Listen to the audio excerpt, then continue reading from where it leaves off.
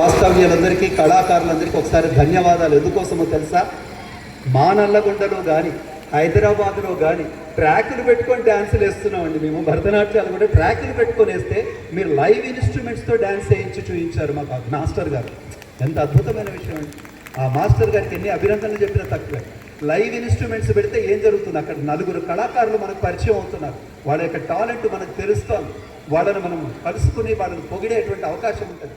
నీకు ట్రాక్లో ఎంత గొప్ప మ్యూజిక్ అయినా మనకు అర్థం కాదు కదా. ఎవరు వాయించారు? రెహమాన్ వాయించినా ఇంకెవరు వాయించినా మనకు తెలియదు కదా.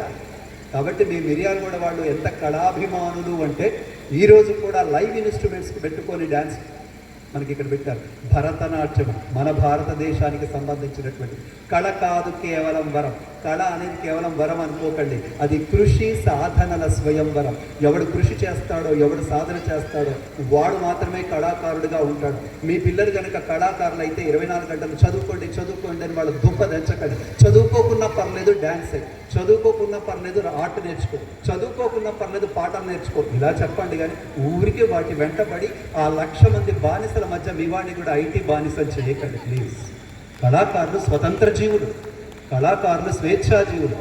కాబట్టి మన కళలు, మన ధర్మం, మన సంస్కృతి, మన శాస్త్రాలు ఇలా చెప్పుకోవడం కాదు, ఆచరించి చూపించేటువంటి ప్రయత్నం చేద్దాం. మన తెలుగు భాష ఆచరించి చూపించేటువంటి ప్రయత్నం చేద్దాం.